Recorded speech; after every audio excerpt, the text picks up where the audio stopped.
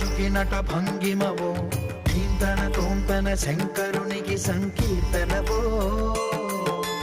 ఈశ్వరుడే అనునిత్యం తనలో తలచుకునే ఓంకారమువో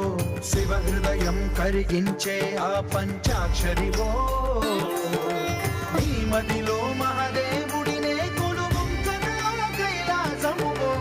అతని పాదము చందన వెలిగే హారతివో పామరునికి పరమేశ్వరుడిని అందించే మంత్రం